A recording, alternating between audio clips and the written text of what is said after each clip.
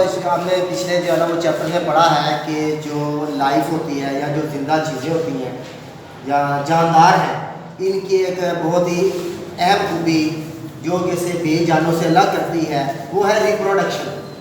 कि जो जिंदा चीज़ें हैं, जानदार जो हैं, ये अपनी नस्ल आगे बढ़ा सकते हैं, यानी ये रिप्रोड्यूस कर सकते हैं, दोबारा पैदा हो सकते हैं, यानी अपनी जैसी नस्ल आगे चला सकते हैं। जो बेजान चीज़ें हैं उनके अंदर ये प्रॉपर्टी नहीं पाई जाती। एक चीज़ जो है ना वो जैसी है वो वैसे की रहेगी, उसमें वो कभी भी डिवाइड करके नहीं अपने जैसी जो है ना वो कोई नई जानदार या अपने जैसी बेजान चीज़ पैदा नहीं कर सकेगी।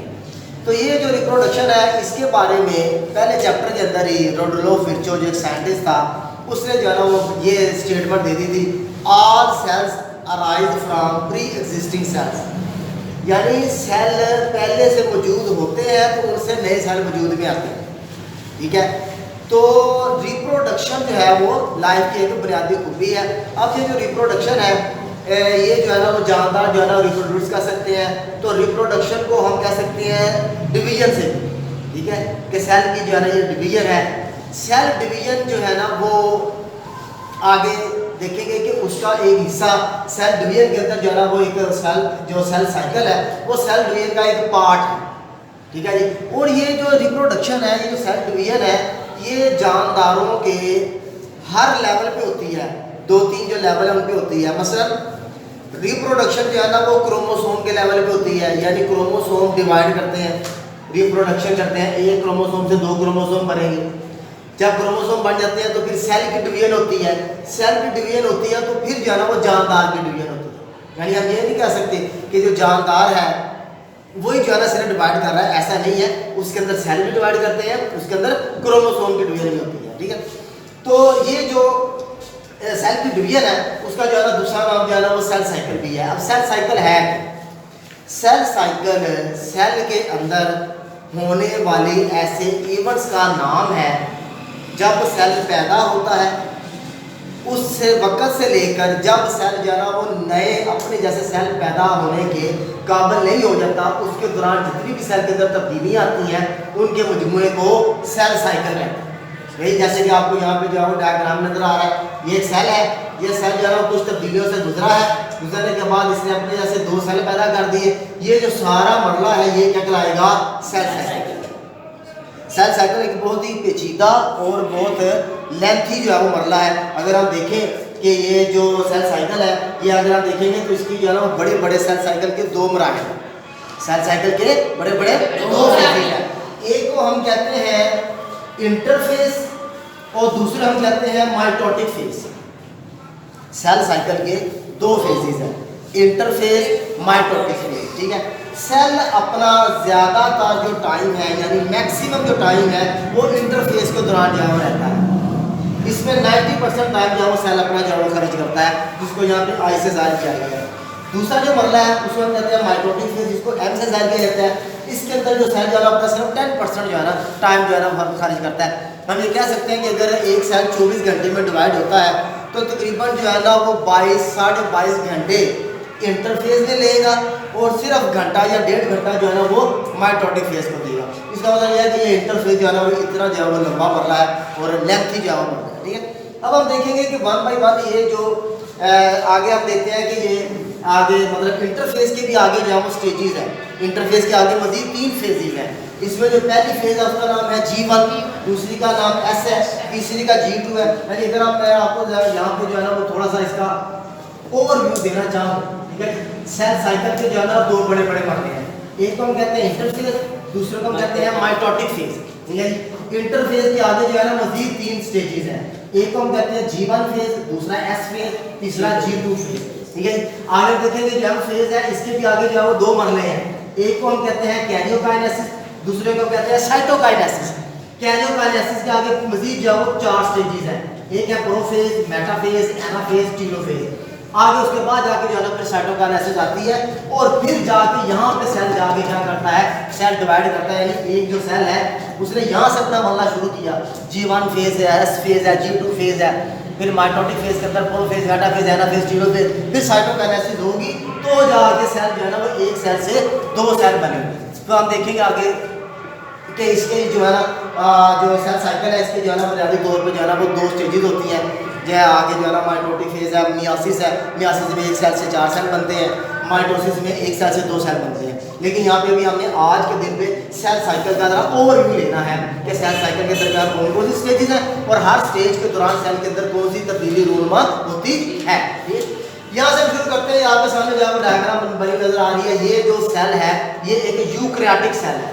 यूकैरियोटिक सेल वो सेल होता है जिसके अंदर बाकायदा वाजा न्यूक्लियस मौजूद होता है। जैसे कि प्रोकैरियोट्स है, प्रोकैरियोट्स यूकैरियोटिक में नहीं आते, बैक्टीरिया वगैरह उनके अंदर न्यूक्लियस मौजूद नहीं होता, उनकी सेल डिवीजन इस तरह नहीं होती। ये यूकैरियोटिक सेल है, जैसे हम हैं, ठीक है, इंसान आगे, पौधे आगे, जानवर आगे, तो सारे यूकैरियोटिक सेल है। ये सेल जो है आपको बड़ा नजर आ रहा है, ये एक सेल है, इसके अंदर आपको जो है ये न्यूक्लियस है, न्यूक्लियस के अंदर क्रोमोसोम है। हर स्पीशी के अंदर क्रोमोसोम की तादाद जो है ना वो मुख्तलिफ होती है। इंसान के अंदर 40 क्रोमोसोम है, इस तरह जो बाकी जानदार है उनके अंदर क्रोमोसोम की तादाद मुख्तलिफ होगी, ठीक है।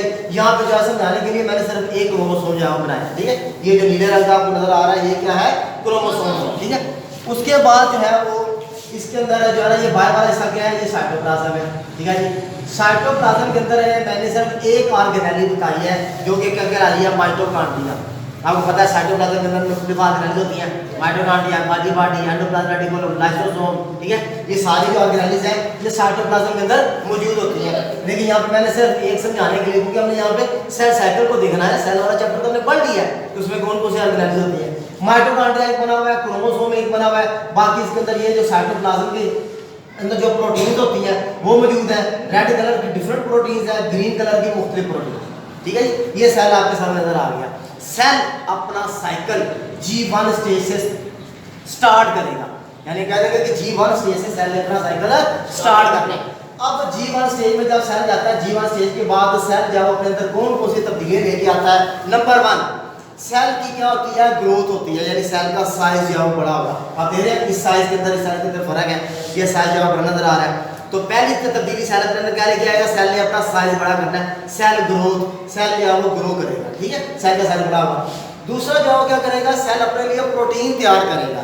प्रोटीन ऐसे केमिकल्स होते हैं जिनकी सेल को जरूरत होती है अगले मराहल के लिए, ठीक है जी। मतलब आपने जो है चीज तैयार करनी है तो आप उसके लिए रॉ मटेरियल तो लेके आएंगे ना। अगर आपने ऑमलेट बनाना है तो अंडा होगा, घी होगा, आग होगी तो भी ऑमलेट बनेगा ना। तो अगर आपने सेल के अंदर जो बाकी काम करने हैं तो उसके लिए हमें वो प्रोटीन तो चाहिए ना। सेल ने वो प्रोटीन G1 फेज स्टेज के दौरान जो है वो क्या करनी है, तैयार करनी। तीसरा काम यहाँ पे क्या होगा, सेल ने जो ऑर्गेनेलीज है उनकी भी डुप्लीकेशन करनी है। इस सेल में और इस सेल में आपको क्या फर्क नजर आ रहा है, कौन बच्चा बताएगा, इसमें और इसमें। एक तो ग्रोथ होगी, दूसरा क्या फर्क नजर आ रहा है, माइटोकॉन्ड्रिया 2 हो गया, 1 से 2 हो गया माइटोकॉन्ड्रिया। इसी तरह सेल जो है ना एंडोप्लाज्मिक रेटिकुलम की डुप्लीकेशन करेगा, माइटोकॉन्ड्रिया की करेगा, एंडोप्लाज्मिक रेटिकुलम की भी, लाइसोसोम्स की भी, ठीक है। जितने ऑर्गेनेल्स हैं उन सब की कॉपी तैयार करेगा। अब ये क्यों करेगा ये भी आपको पता चलेगा आगे कि सेल ये काम क्यों कर रहा है, क्योंकि उसको ये चीजें चाहिए आगे, ठीक है। तो G1 स्टेज के दौरान जब सेल ने अपना मतलब स्टार्ट करना है, सेल साइकिल स्टार्ट करना है, तो उसने पहली स्टेज के दौरान 3 चीजें तैयार करनी है। सेल का साइज बड़ा होगा, सेल ऑर्गेनेल्स की डुप्लीकेशन करेगा और सेल अपने लिए जरूरी प्रोटीन्स की तैयारी करेगा। अब सेल जो है वो कहाँ पे पहुंच गया, इस स्टेज पे पहुंच गया, ठीक है। इस स्टेज से अगली स्टेज पे, ये जो स्टेज है इसको कहते हैं हम S फेज। S फेज का मतलब होता है सिंथेसिस फेज और G1 का फेज होता है गैप फेज। यानी G1 का मतलब गैप 1, ठीक है, G2 का मतलब गैप 2 और S का मतलब जो है वो सिंथेसिस फेज। अब जो है ना सेल काम में चला गया सिंथेसिस फेज में, S फेज में। आपको इस सेल में और इस सेल में क्या फर्क नजर आ रहा है, क्रोमोसोम का फर्क नजर आ रहा है। यहाँ पे क्रोमोसोम एक है या क्रोमोसोम की एक कॉपी है, यहाँ पे क्रोमोसोम की 2 कॉपी है। सेल ने अपने जैसी क्रोमोसोम की एक कॉपी तैयार कर ली है। ये जो मरला है ये क्या कहलाता है, S फेज कहलाता है, जिसमें सेल जो है ना वो सिर्फ और सिर्फ एक काम करेगा, क्रोमोसोम की डुप्लीकेशन। सेल ने अपने लिए क्रोमोसोम तैयार करना है, क्योंकि ये बड़ा ये अहम मरला है। अभी तो आप जो है वो छोटे लेवल में जरा पढ़ रहे हैं, जब आप आगे जो आप पढ़ लेंगे बायो तो आपको पता चलेगा कि क्रोमोसोम की डुप्लीकेशन, क्रोमोसोम का प्रॉपर्ली डिवाइड होना, अपनी ऐसी कॉपी तैयार करना सेल के लिए बड़ा जरूरी है। अगर ये नहीं करता तो इससे काफ़ी सारी बीमारियां जो है ना वो आगे जो है ना वो पैदा हो जाती हैं, या बीमारियां जो है ना वो सेल बीमारी देखिए बायोलॉजिकली हम चीज़ों को देखेंगे तो हम सेल के अंदर गड़बड़ है। जब इंसान बीमार होता है, बीमारी क्या है, सेल के अंदर ही कोई गड़बड़ हो गई, ठीक है। और अगर जो है वो कैंसर हो जाता है या इस किस्म की बीमारी है तो इसकी वजह ये भी होती है कि क्रोमोसोम के अंदर जो है ना वो गड़बड़ होगी, ठीक है। तो एस फेज के दौरान क्या करना है, सेल ने अपने ऐसी एक कापी यहाँ तैयार करनी है। यहाँ पे क्रोमोसोम का एक ही बाजू नजर आ रहा है, वो क्रोमोसोम भी है, वो क्रोमैटिड भी है यहाँ पे, ठीक है। एक क्रोमोसोम एक क्रोमैटिड, और बीच में दरमियान में जो सर्कल सा है इसे हम कहते हैं सेंट्रोमियर, जिससे क्रोमोसोम के जो दोनों बाजू हैं वो आपस में जुड़े हुए होते हैं। उसके बाद जब सेल ने अपनी कापी तैयार कर ली है, ये एक ही क्रोमोसोम है लेकिन इसके दो क्रोमैटिड बन गए, यानी इसके दो बाजू आ गए हैं, यहाँ पे एक बाजू है, यहाँ पे दो बाजू। क्रोमैटिड बन गए, यानी कि एक से दो क्रोमैटिड बन गए, सेल ने अपनी कापी तैयार। सिर्फ एस फेज के दौरान ये काम होगा। अब एस फेज से सेल जा रहा हो कहाँ पे जाएगा, G2 फेज के अंदर। एस फेज से G2 के अंदर सेल ने तकरीबन वही जो है ना वो काम करना है जो उसने G1 के दौरान की है। इसने क्या करना है, सेल का साइज बढ़ेगा, सेल का साइज कंटिन्यूसली बढ़ता रहेगा जब तक सेल ने डिवाइड ना करना, सेल का साइज बढ़ता रहेगा, ठीक है। अभी आपको पता चलेगा कि इसकी वजह क्या है। सेल का साइज जो बड़ा होगा। दूसरा, सेल अपने लिए वो प्रोटीन तैयार करेगा जिसकी उसको आगे जरूरत पड़ेगी। मसलन आगे जाना, जब हम ये आगे सेल साइकिल पूरा चैप्टर चलेगा, अभी हमने माइटोटिक फेज को पढ़ना है, पूरे फेज पढ़ने हैं, उसमें भी देखेंगे हम क्या क्या तब्दीली आती है सेल के अंदर। तो सेल के अंदर आगे हम देखेंगे उसके अंदर बनते हैं स्पिंडल्स का मतलब होता है धागे, लंबे लंबे जो है वो सेल के अंदर धागे बनते हैं। वो भी धागे किसके होते हैं, प्रोटीन के होते हैं। उस प्रोटीन की तैयारी किसके दौरान होगी, G2 फेज के दौरान। अब आप देखेंगे इसमें और इसमें आपको फर्क नजर आ रहा है, इस सेल के अंदर इस सेल के अंदर साइज बड़ा हो गया, और प्रोटीन आप देखिए यहाँ पे जो रेड है डॉट है वो दो नजर आ रहे हैं, यहाँ पे रेड डॉट ज्यादा हो गया ना, सेल ने अपने लिए प्रोटीन तैयार कर ली। वो प्रोटीन जो सेल को आगे एम फेज के लिए चाहिए, स्पिंडल फाइबर बनाने के लिए जो प्रोटीन चाहिए, सेल जो है वो G2 फेज के दौरान वो तैयार करेगा। बाकी सेल के दौरान जो है कोई ऐसी तब्दीली नहीं आएगी, सिर्फ साइज बढ़ने में, ठीक है। अब सेल जो है किस के अंदर हो गया, G2 फेज के दौरान। अब यहाँ पे जो है वो सेल ने जो है स्विच करना है अगले मरले में, इसे कहते हैं एम फेज, यहाँ माइटोटिक फेज। यहाँ पे जो सेल है वो माइटोटिक फेज में डिवाइड करेगा, और माइटोटिक फेज के डिवाइड मुकम्मल होने के बाद एक सेल से जो है वो दो सेल बन जाएंगे। एक सेल के अंदर एक क्रोमोसोम और दूसरे सेल के अंदर उसका जो दूसरा क्रोमैटिड है वो उसके अंदर चला जाएगा। ऑर्गेनेलिस आधी उधर आधी उधर। अगर सेल का साइज ना बढ़े तो एक सेल से जब दो सेल बनेंगे तो वो तो छोटे बनेंगे। अगर इस तरह हो सेल जो है वो डिवाइड करके छोटे सेल बनेंगे तो वो सेल नॉर्मल नहीं होंगे, वो सेल एबनॉर्मल होंगे, खराब सेल होंगे। ऐसा होगा तो वो जानदार जिंदा नहीं रह सकेगा, वो जानदार मर जाएगा। इसलिए सेल का साइज बढ़ना जो है वो बड़ा जरूरी है। दूसरी चीज क्रोमोसोम, अगर क्रोमोसोम की भी दो कापियां नहीं बनेगी तो एक एक कापी कैसे क्रोमोसोम सेल दे सकेगा। ऑर्गेनेलिस है, माइटोकॉन्ड्रिया दो होंगे, एक माइटोकॉन्ड्रिया एक के पास, एक माइटोकॉन्ड्रिया इसके पास। तो यार कि जैसे सेल ने डिवाइड करना है तो उसको हर चीज दो दो चाहिए, तो तभी दो सेल के अंदर जो डिवाइड होंगे ना, ठीक है। अब ये सारा जो मसला है इसके दौरान जो है ना वो सेल या नॉर्मल तरीके से जो है ना सेल इस तरह जो डिवाइड करके एक सेल से जो है ना वो दो सेल बनते हैं। बाकी ये है कि कुछ ऐसा होता है कि सेल जो है ना वो G1 फेज से आगे जब जाता है तो G1 फेज के बाद जो है ना यहाँ पे जो है ना वो सेल के जो टाइप है उस हिसाब से यहाँ पे कुछ तब्दीली आती है। कुछ सेल ऐसे होते हैं जो कि सारी ज़िंदगी डिवाइड नहीं कर सकते। शुरू में डिवाइड कर गए, बच्चा जब बनता है उसको डिवाइड कर गए, लेकिन जब अडल्ट हो जाता है उस वक्त उसके सेल डिवाइड नहीं कर रहे होते। जैसे न्यूरॉन हो, हमारे जो दिमाग के सेल हैं, न्यूरॉन कभी भी डिवाइड नहीं करते। वो सेल G1 से G0 फेज के अंदर चले जाते हैं, जिसको कहते हैं G0 फेज। सेल जो है ना वो G1 फेज के अंदर स्टक कर जाएगा, रुक जाएगा, आगे सेल डिवाइड ही नहीं करेंगे, ठीक है। कौन से, न्यूरॉन के सेल। लेकिन कुछ सेल ऐसे हैं जो कि थोड़ी देर के लिए जो डिवाइड करते हैं। हम कहते हैं कि G0 जो फेज है, कुछ सेल टेम्परेरी और कुछ सेल परमानेंटली तौर पे G0 फेज के अंदर जब चले जाते हैं। मैंने जैसे बताया कि जो न्यूरॉन सेल्स हैं वो परमानेंटली G0 फेज के अंदर रहते हैं, जो डिवाइड नहीं करते। जबकि जो लिवर के सेल हैं और जो किडनी के सेल हैं ये थोड़ी देर के लिए जो है ना वो G0 फेज में जाते हैं, फिर ये दोबारा जो है ना अपना साइकिल को जो है वो S फेज से होते हुए G2 से होते हुए जो है ना दोबारा डिवाइड कर सकते हैं, ठीक है। और कुछ सेल होते हैं जो G0 फेज में जाते नहीं हैं, जैसे कि एपिथेलियल सेल, एपिथेलियल टिश्यू के सेल है, जैसे स्किन के सेल हैं। हमारी स्किन के सेल मुस्तकिल जो है ना डिवाइड करते रहते हैं। तो आपने देखा होगा कि हमारे को कट लगे, कोई जख्म लगे, जितना भी जख्म लगे स्किन के ऊपर वो ठीक हो जाता है। कट ज़्यादा गहरा होगा तो उसको स्टिच करके वो जो है ना वो जख्म आपस में जुड़ जाएगा, निशान रह जाएगा, लेकिन वो जुड़ जाएगा, ऐसा नहीं है कि वो ब्लीडिंग वहाँ से होती रहेगी। तो इसकी वजह क्या है? इसकी वजह यह है कि वो जो एपिथेलियल सेल्स हैं वो मुस्क जो है वो डिवाइड करते रहते हैं, ठीक है। लेकिन जो न्यूरॉन के सेल हैं वो डिवाइड नहीं करते, जो किडनी के लिवर के सेल हैं वो किस हद तक डिवाइड करते हैं, और एपिथेलियल टिश्यू जो है वो मुस्क तौर पे डिवाइड करते रहते हैं, ठीक है जी। उसके बाद यहाँ पे थोड़ा सा ये है कि जैसे मैंने आपको बताया कि ये अगर हम देखें यहाँ पे जो है ना, ये देख रहे हैं 3 हिस्से जो है जो टाइम है वो 90% वो इंटरफेज में लग रहा है, और बाकी जो 10% टाइम है ये एम फेज के दौरान या माइटोटिक फेज के दौरान लग रहा है, ठीक है। अच्छा, अब ये है कि ये जो G1 फेज है, G1 फेज जो है वो अगर सेल ने G1 फेज के दौरान ये 3 काम नहीं ना किए तो सेल अगली स्टेज पे कभी भी नहीं जाएगा। अगर सेल ने क्रोमोसोम की डुप्लीकेशन नहीं की तो सेल कभी भी G2 फेज में नहीं जाएगा। G2 फेज के दौरान अगर सेल ने ऑर्गेनेलिज अपने लिए प्रोटीन जो एम फेज के लिए चाहिए वो तैयार नहीं की तो कभी भी G2 से एम फेज में नहीं जाएगा, सेल वहाँ पे रुक जाएगा, ठीक है जी। और आप लोगों ने जो है ना मसलन फर्ज किया अब आमलेट ही बनाना है, तो आमलेट बनाना है, जाहिर बात है अगर आपके लिए जो है वो आमलेट के लिए जितना जो है ना वो चाहिए, अगर आपके पास घी नहीं है, अंडा आ गया, आग आ गई, सारा कुछ है, घी नहीं है, तो आप ज़रा वहाँ पर रुक जाएंगे, पहले घी का बंदोबस्त करेंगे।